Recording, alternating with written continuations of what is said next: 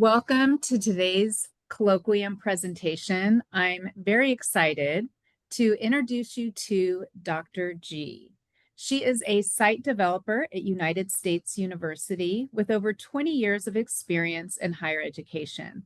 Her career has included leadership roles such as campus dean, director of financial services, and student success manager, each reflecting her passion for student development, organizational improvement, and leadership growth. She recently obtained her doctorate of business administration here at USU, where her dissertation research focused on how well-intended organizational practices can have unintended emotional impact. For over a decade, she has used the CTFAR self-coaching model as a personal and professional tool, and she is passionate about helping others apply it to create clarity, confidence, and meaningful change. I've been looking forward to this presentation, Dr. G, so take it away. I can't wait to hear what you share with us. Thank you so much, and good morning, everyone. Again, thank you so much for being here today. I am so excited to present this self-coaching model. As Dr. Frederick said in her wonderful introduction of me, thank you for that. I have used this model for over 10 years, but I want to start by giving just a brief disclaimer. I did not create the CTFAR model. The CTFAR model was created by Brooke Castillo with the Life Coach School. There is a website here right on this page here if you want to check it out. This is something I was actually taught in leadership training years ago, but I've used it in both my personal and professional life, and I'm excited to be able to share it with you today. Happy fall, everyone. Happy NFL season. Hopefully your teams have done great in the first week. Hopefully you've all started putting up your fall decorations and you have your nice fall flavors of coffee. And on that note, we're going to go ahead and jump right into the presentation. If at any time you have questions, comments, or need some clarification, please feel free to come off mute. And Dr. Frederick, if I could just ask you to keep an eye on the chat for me. Absolutely. Thank you so much. All right, so let's jump right into the CTFAR model. So we have all heard the expression that our thoughts produce actions, and we're going to take that a step further today in this self-coaching model. And the importance of this model is it's going to teach us how to take a circumstance that we're dealing with, whether that be personal or professional, and we're going to really dissect it to figure out what thoughts it's producing, what results we're getting from that, and how we can flip that model to change our thoughts surrounding that circumstance, to give us some self-power and some self-discovery over the thoughts that we are having.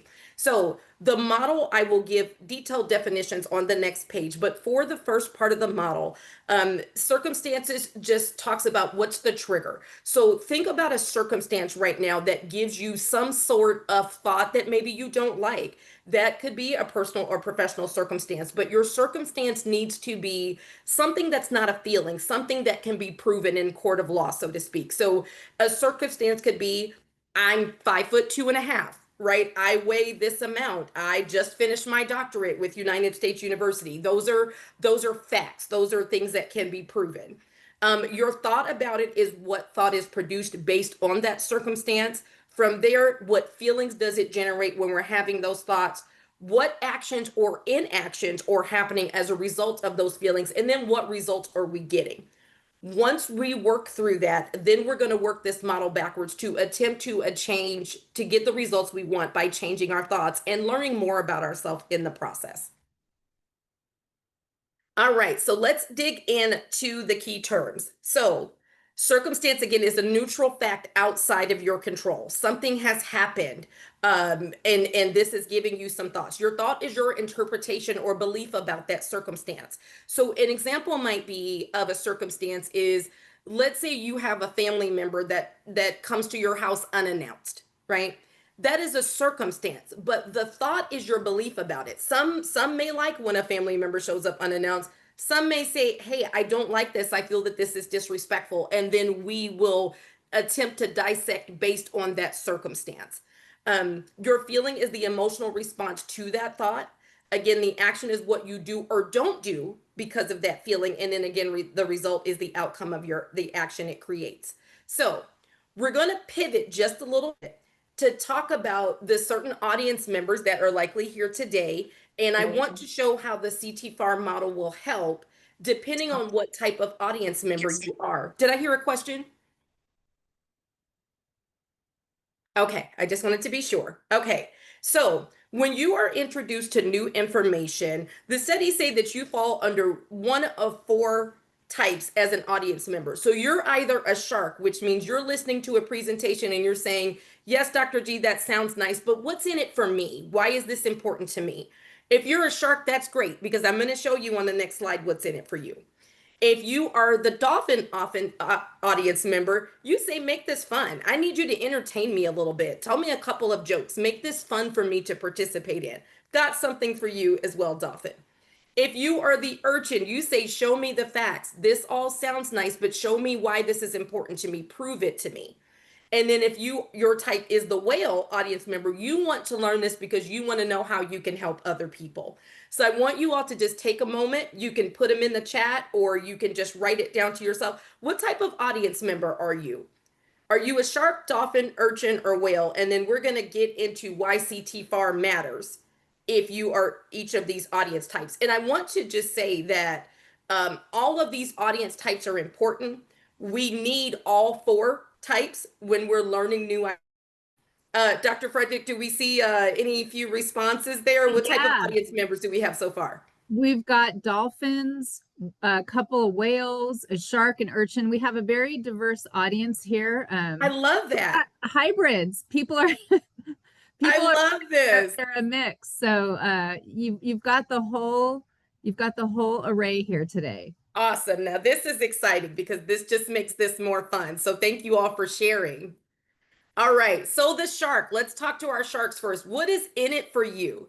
So if you're the shark, this CTFAR matters because it gives you control over your outcomes. So, and many of us can admit we would like much more control over what happens in our lives, right? Now, as someone who has used this model for over 10 years, I can tell you, my fellow sharks, right? Because I think I'm a blend of all the types. My fellow sharks, that this will give you more control over your outcomes. It helps you achieve better results and it will help you optimize your performance because it helps you master your mind. So if you were someone like me who has an ADHD diagnosis or something that makes your mind run marathons, this model will help you get mastery over a lot of those thoughts that drive your results. So that is what's in it for you, shark. So let's go to our next type, the dolphin. Make it fun. So here's what's fun for you in this dolphin.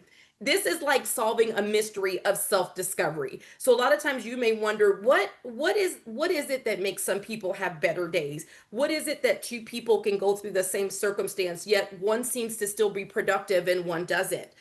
Things like that. And it helps you because you become the hero of your own story. See, TFAR helps you rewrite the script, and I'm going to show you exactly how that works momentarily. So that is what's in it for you, Dolphin. We're going to solve some mysteries today.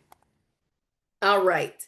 Now, if you are the urchin, you say, show me the facts. I want to know. That sounds great, but tell me what the research says. So if you are the urchin that says, show me the facts. So based on cognitive principles, our thoughts affect our emotions. So we talked about that right at the beginning, but we're going to take this a step further. Research also shows that self-coaching improves your goal alignment. So for example, I'm sure there are some parents in the room who can attest to the fact, if you have older children, that a lot of times when your children think your idea is their idea, they're more apt to perform in the way that you're asking them to perform, whether that be getting homework done, cleaning their rooms, etc. So this is why that self-coaching matters, because if you've seen that work in that instance, then you know it will work for yourself. It is much more motivating when you discover your own areas of opportunity. There is great value in coaching from others, but this is another step to help coach yourself first. Also, I've noted a study here that participants who engaged in self-coaching interventions showed significant improvements in their psychological capital. So that includes hope, efficacy, resilience, and optimism. We know that there's a lot going on in the world. And so this self-coaching is going to help, I was going to say reduce, but I mean increase that hope and resilience and optimism that we all want to feel. And those who participated in self coaching had a notable increase in goal related self efficacy. I am proof of that. Over my life, I have had certain people along the way who may have discouraged me from a certain goal. And had I listened to them and not gone through this self coaching, that might have prevented me from moving forward. But self coaching helps me stay aware of my own thoughts and how they're affecting me, and how maybe someone else's thoughts may be affecting me to inaction, and helping me take control of that.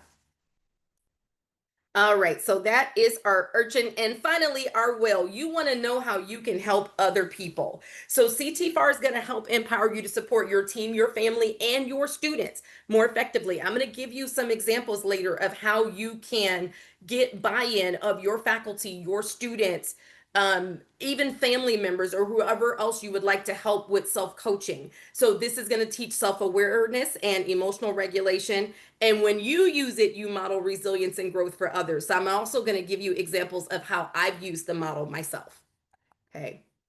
So now, everyone, is the time where we are all going to do some writing. So what I'd like everyone to do, and whether you have a second screen where you can pull up a word processing document, or you can use your phone notes, you can use pen and paper. But what I want you to do is take a piece of paper or your word processing document, and I want you to write out the letters to CTFAR straight down the left side of the page. So C, underneath that T, leave some space to write.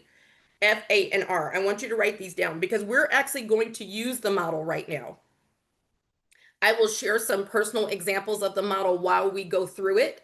But if everyone can give a quick thumbs up in the chat, or just the word ready, to let me know that you've got your document ready and we're ready to work through the model. All right, I'll give just a couple of minutes here. Again, you can use your phone notes, pen and paper. If you've got another screen, feel free to use that. But I want you to actually work this model with me while we go through it. Dr. Frederick, does it look like we're ready to roll? Yep, we're ready to go. All right, so let's do this. Okay, so where we're going to start is we're going to start with a circumstance. I want you now to write down a neutral fact, something that can be proven in a court of law, not emotion, just a fact. Example that I gave you earlier was about if someone showed up to your home unannounced. That's a fact. That it could be neutral because there could be different feelings depending on the person, but that is a neutral fact. One neutral fact for me personally right now is I deal with quite a bit of joint pain due to a neuropathy diagnosis. So that is the neutral fact that I'm going to work through while you are working through your individual facts. So take a moment. You can even write down more than one if you like. Just write your CTFAR more than once, and we'll work through these together. All right. Once you have written down your neutral fact, the next thing I want you to do is go down to the T for thoughts. And I want you to write down what thoughts are you having about this fact. So for me, when I'm living with joint pain, the thoughts that I may be having is that this is slowing down my life. If you're a busy person and you like to be busy and you have a lot to do, an injury might slow you down. And so your thought may be, ah, I can't move around as fast as I'd like, or I really like to go do these things, but my joint pain gets in the way. So take a moment and write down your thoughts. They can be as much or as little as you like. All right, we're going to give that about 30 more seconds.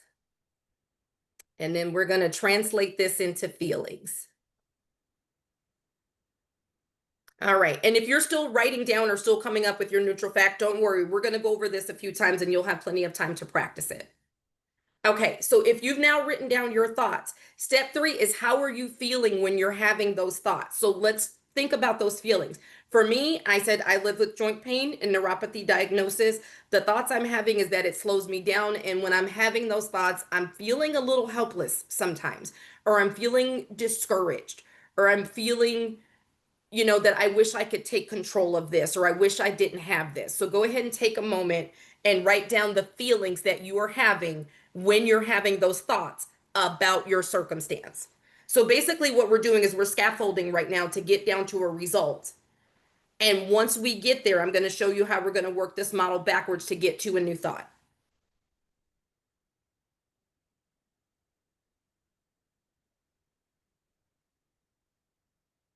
All right. right, so we're just giving you a few minutes there to write your feelings. Okay. And feel free to be honest. I'm not going to ask any of you to share this, on this call. I know that these things are very personal. I will ask someone to share if they want to and they feel that it is an appropriate thing to share. But please don't feel any pressure about that. This is really for you. So when you're writing for yourself, be very honest about the thoughts and the feelings that you're having because no one else is going to see this. This is your personal self-coaching. Okay. So now that you've written your feelings, we're going to go to the next step and say, what do you do or avoid doing when you're having those feelings? So we're going to go back to me. We're going to use my example. When I'm having these feelings of helplessness, what I often avoid doing is some of the things that I need to do. I live with joint pain, but I still need to go walking every day. There are certain things that I need to eat a certain way. Because certain foods and things can cause inflammation and cause more pain. So one thing that I do sometimes when I'm in those feelings is I might eat comfort food that I really shouldn't be eating, right? Or I don't do my exercise because I'm telling myself, well, I'm in pain, I can just skip it today. And maybe skipping that exercise is adding to more of the result that I'm getting. So what do you do or do you avoid doing when you're having those feelings? Another example might be if your neutral fact was about someone that you may have a conflict with, and you're writing down your thoughts and your feelings about that.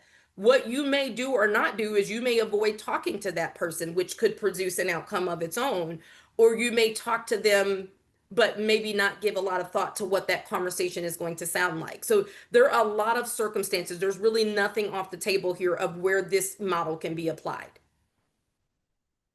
Okay, so what do you do or what do you avoid doing when you're having those feelings? My child won't clean their room. I've asked my 13-year-old 10 times to clean their room. What do you do or you avoid doing when you're having those feelings? Okay, now let's go down to step 5. What is the outcome of that action or that inaction? So we'll take it back to my example. If I'm eating this comfort food that I'm not supposed to be eating and I end up with inflammation, I'm in more pain than I was earlier. If I don't do my exercise, I am adding to the pain that I'm feeling because I'm not giving my body the exercise that my medical professionals are telling me I need right now. So what is that outcome? What is the outcome of that action or inaction? So we'll take a couple minutes there. And again, if anybody has questions, comments, or feedback so far, please feel free to come off mute or use the chat.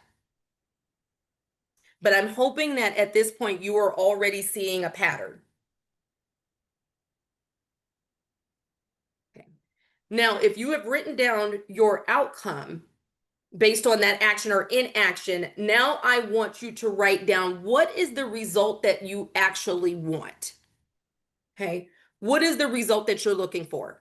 I want to not feel as much pain. Okay. I want a promotion that I feel I deserve. I want to not feel conflict with a certain person. I want to have more money at the end of the month. I want to be able to travel. What is the result that you're looking for? And then I'm going to take a pause there because we're getting ready to work the model backwards, but I want to give everybody a chance to have worked through all 6 steps before we start working the model backwards and have some self-discovery about our thoughts.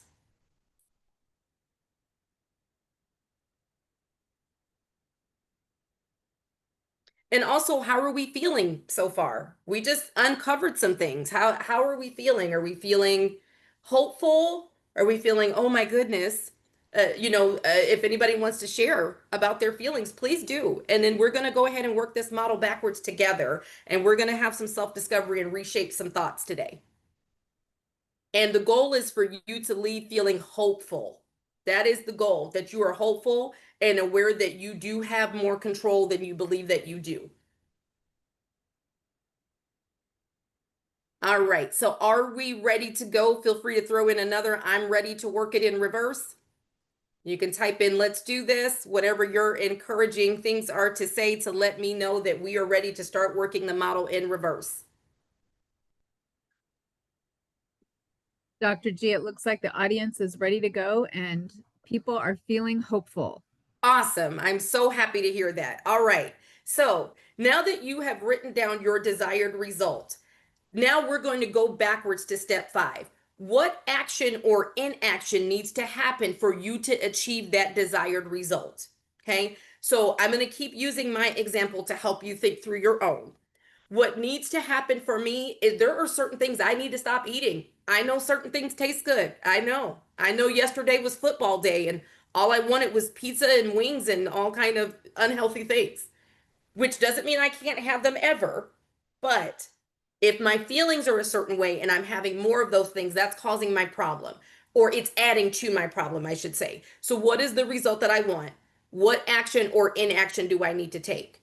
So, my action is I need to do my daily walks, right? Because I'm grateful I can walk even despite the pain, even when it hurts.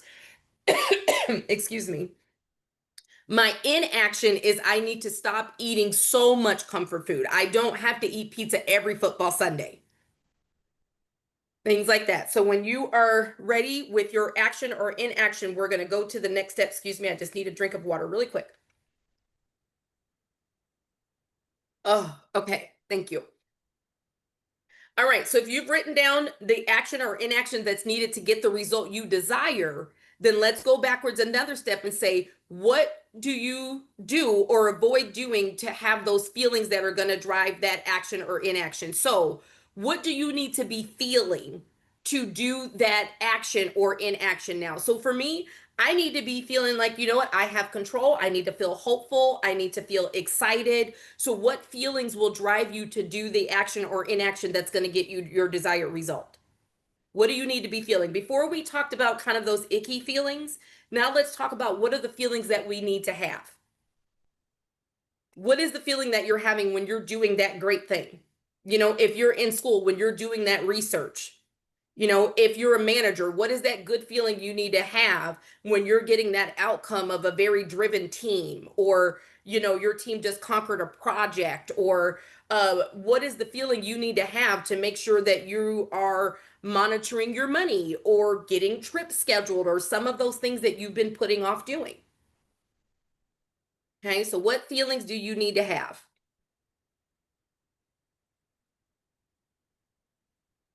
All right, so I'm going to give you about another 30 seconds on those, and then we're going to move backwards one more step.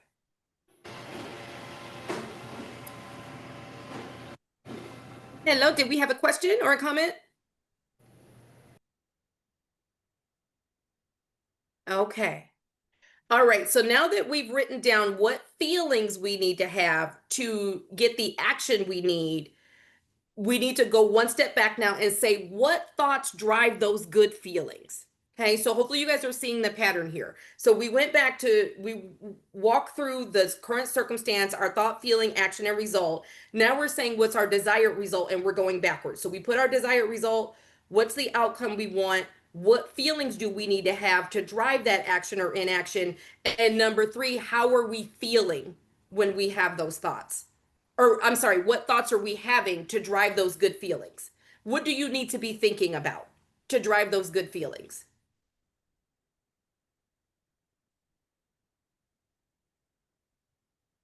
Maybe you need to be thinking about what resources you have available to you. Okay. Maybe you need to be thinking about the benefits when you achieve that desired result.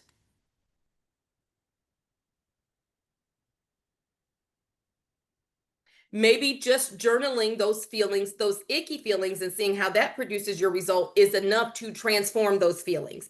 So maybe your thought that's driving your feeling is, you know, now that I've self-discovered this, I can go ahead and take it from here. I can start doing CTFAR every day. I can tap into our employee assistance program where we have therapy available. There, sky's the limit, you know, everyone. So don't feel limited in this area. So what thoughts do you need to be having to drive those feelings? Okay, now is our last step of working backwards. And this is now the thought we have about our circumstance that we wrote in the beginning. So, whatever that circumstance is, what is the thought we can have about it now that will produce the result we actually want?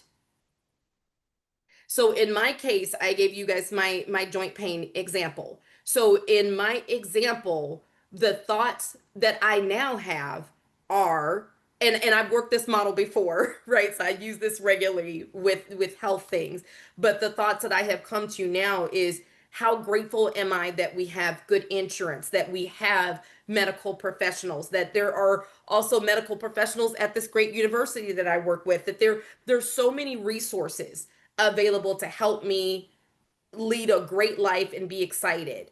How excited that I am that despite joint pain that may hurt me more when I'm standing, that I can actually sit and give a presentation. These are all great thoughts. Now, if you notice, my circumstance hasn't changed. I still have a neuropathy diagnosis. I still live with joint pain, but the way I think about this is going to drive different results for me. All right, so I want you to take a moment and finish up.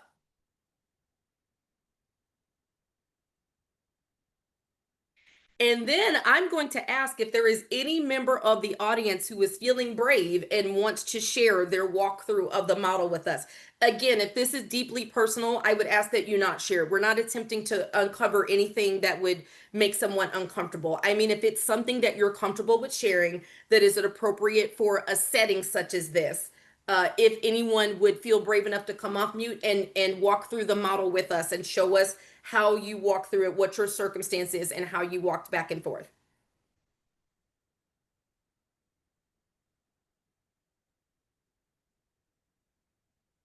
We've got about 28 people on the call, but Okay. feel free to just go ahead. Oh, Dawn, you came off mute. Did you want to share, Dawn? I think that was automatically somehow, but thank you. I Uh, appreciate it. yes, no worries at all. No worries at all, Don. Did you have something you wanted to share, or you said you came off mute by accident?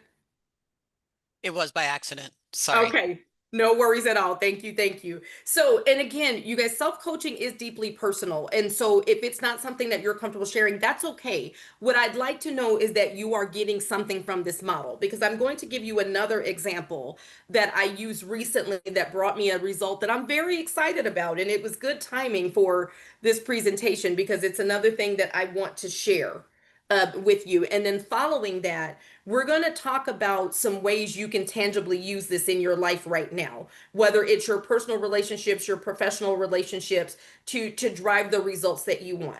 So one more example I'm going to walk you through.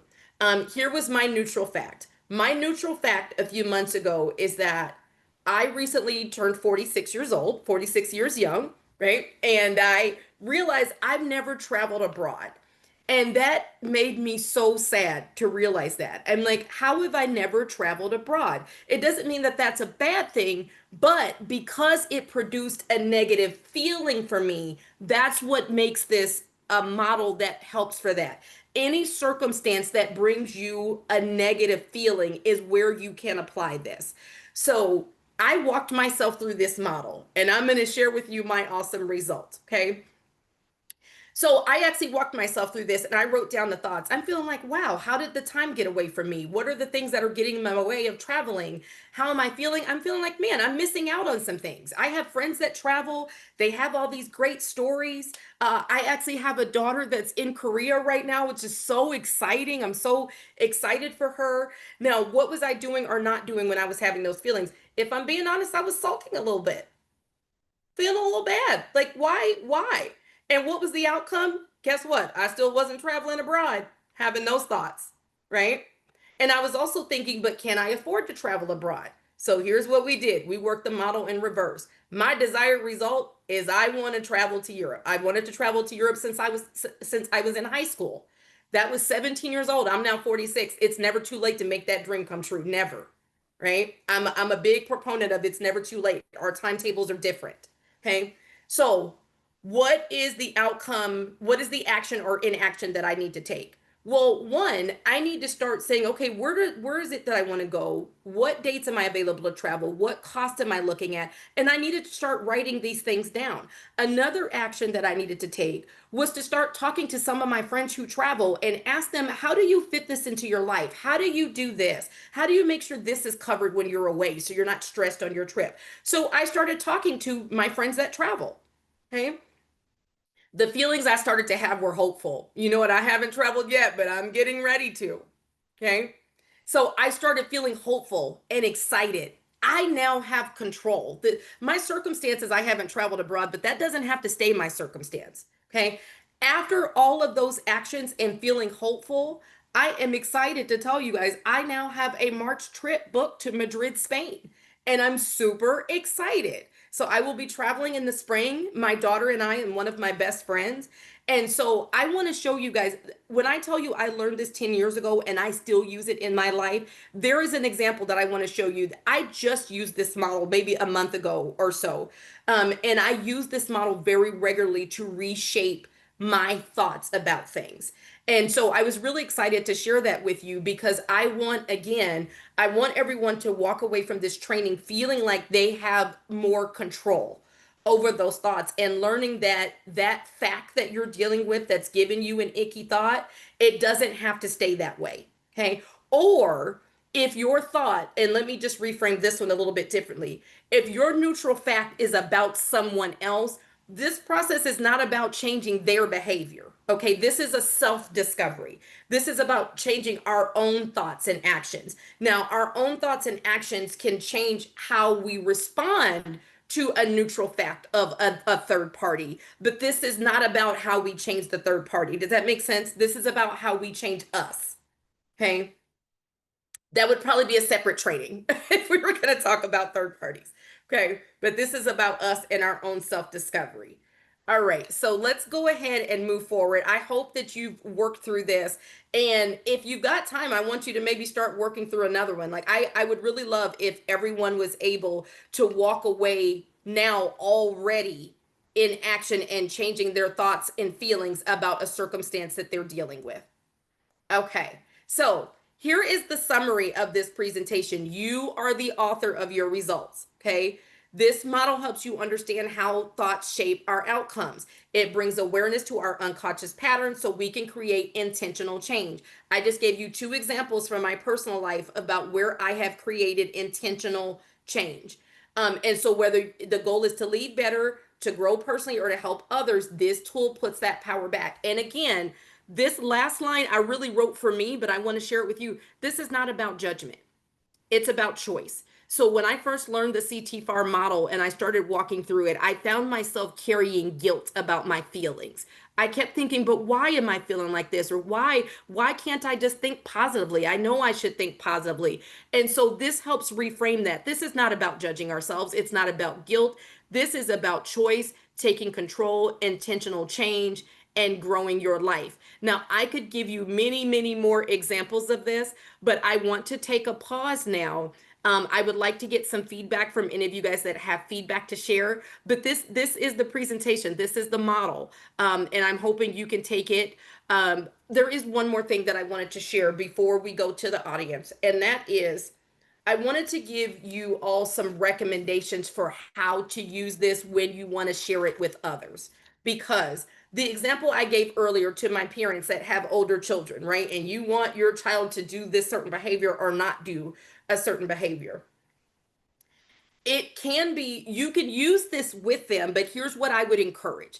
I would encourage you to say, you know, son, daughter, niece, nephew, whoever this person is, there's something that I learned that when I'm not doing something, this helps me get reframed so I can get the things that I want to get. You're telling me you want this. Let's sit down and go through this together. Okay. So this isn't something where I'm encouraging you to try to walk people through the model without them realizing that's what you're doing. We don't want to approach it that way. We want to actually share with them, this is what I'm doing and this is what we're going to work on together. So recommendation number one is to use the model for yourself because we cannot gain buy-in on something that we have not used, right? That would be like trying to give a recommendation for a restaurant or something that you've never been to. You really wouldn't be able to do that unless you're sharing something that you've heard, but nothing is better than that first hand experience, right? If you were looking for a new restaurant, you would much rather get feedback from someone you trust who has been to that restaurant than maybe someone whose opinion is online and you don't know them, they don't know you, they don't know your style, your taste. Make sense? So we want to get their buy-in. If you're on this call and you're a manager or a leader in your organization and you've got a person who there may be a struggle with, or maybe there's a new process or something that you've rolled out that you don't understand, or you're feeling some frustration about, or you're bought into it, but you're trying to help your team buy in. This is a great time to say, hey, I learned this great new model, and when I used it, here's what happened. Let's walk through this together and see if as a team we can get where we're trying to go. Okay, so those are your recommendations. Use it yourself, be open with others about the model, and present it to them in a spirit of partnership. Let's figure this thing out together. Here's what I'm going to do, and here's what you're going to do, and then we're going to meet this result together. So, Dr. Frederick, that is my presentation today. Thank you guys so much for the time. We do have time. We have 25 minutes left for the day. So I would love if anyone wants to come off mute or share some things in the chat, talk about how you would like to use this, ask me specific questions. I'm happy to answer questions. So audience, the floor is open to you at this time.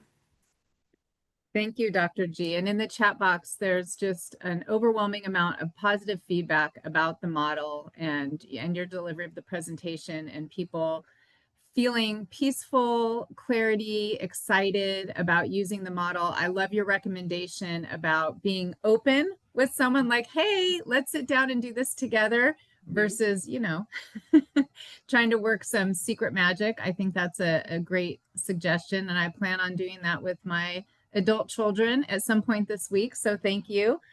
We've got comments, you know, just thanking you, and that this is going to be a game changer applying this model. So if anyone has any questions, some follow-up that you want to ask while we've got Dr. G on the call, feel free to come off mute. Otherwise, we will see you at the next colloquium. And as a reminder, we do record these presentations. They are on the United States University YouTube channel under the USU Colloquium playlist. So please spread the news, spread the good word, and share. And again, Dr. G, thank you so much for putting together such a wonderful presentation. And I look forward to seeing you all either at the Hangout or at the next colloquium. All right. Thank you, everyone. Thank you, Dr. Frederick.